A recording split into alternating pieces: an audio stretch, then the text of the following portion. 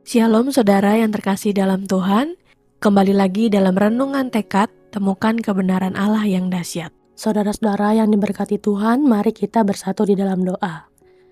Bapa di surga, terima kasih atas pagi yang baru ini. Sebelum kami melangkah menjalani hari ini, kami ingin dikuatkan oleh firman-Mu. Berikan kami hikmat untuk mengambil keputusan yang benar dan kekuatan untuk tetap berjalan dalam kasih-Mu.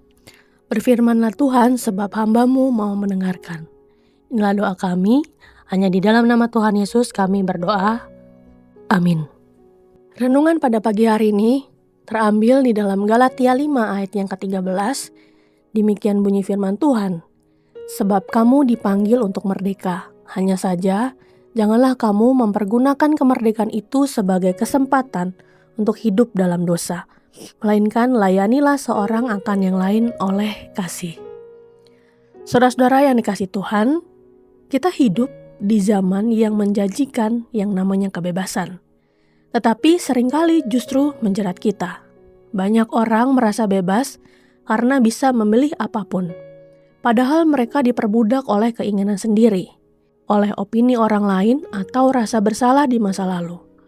Paulus menulis kepada jemaat Galatia yang juga sedang bingung soal kebebasan sejati.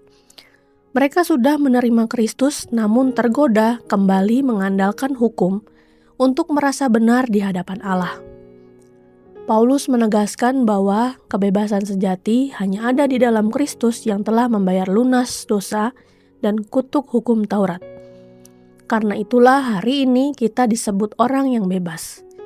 Namun Paulus mengingatkan agar kita tidak menggunakan kebebasan itu untuk hidup sesuka hati di dalam dosa. Kristus membebaskan kita tujuannya adalah agar kita hidup saling mengasihi dan melayani, meneladani kasih-Nya. Inilah paradoks indah dari kebebasan sejati di dalam Kristus. Di satu sisi kita dibebaskan dari perbudakan dosa, namun di sisi lain kita dipanggil menjadi hamba bagi sesama melalui kasih. Pertanyaan penting bagi kita hari ini, sudahkah kita mempergunakan kebebasan yang kita dapatkan di dalam Kristus untuk mengasihi dan melayani sesama kita? Sudahkah kasih Kristus menjadi dasar dari setiap tindakan kita di dalam keluarga, pekerjaan, dan pelayanan? Saudara-saudara, sadarilah saat kita memilih untuk mengasihi dan melayani sesama, sesungguhnya kita sedang menyatakan kepada dunia bahwa kasih Kristus lebih kuat dari dosa, dan di dalam kasih itulah kebebasan sejati menemukan maknanya. Mari kita bersatu di dalam doa. Bapa yang di surga, kami bersyukur bahwa kami adalah anak-anak yang telah ditebus dari perbudakan dosa. Kami juga bersyukur kami dipanggil untuk menjadi hamba bagi sesama kami. Biarlah kasih Kristus menjadi dasar dari setiap tindakan tutur perbuatan kami, baik itu kami di dalam keluarga kami, di pekerjaan kami, dan dimanapun kami berada. Biarlah hidup kami Tuhan selalu menyatakan kasih Kristus. Inilah doa kami, hanya di dalam nama Tuhan Yesus kami berdoa. Amin.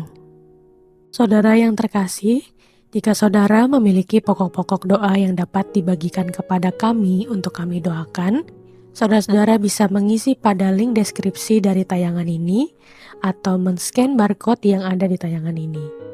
Kami akan mendukung di dalam doa untuk setiap pokok-pokok doa yang ada. Dan jika saudara-saudara diberkati melalui kebenaran firman Tuhan hari ini, silahkan bisa dibagikan tayangan ini kepada siapapun yang saudara rindu untuk mendengarkannya. Selamat melakukan firman Tuhan yang dahsyat. Tuhan Yesus memberkati.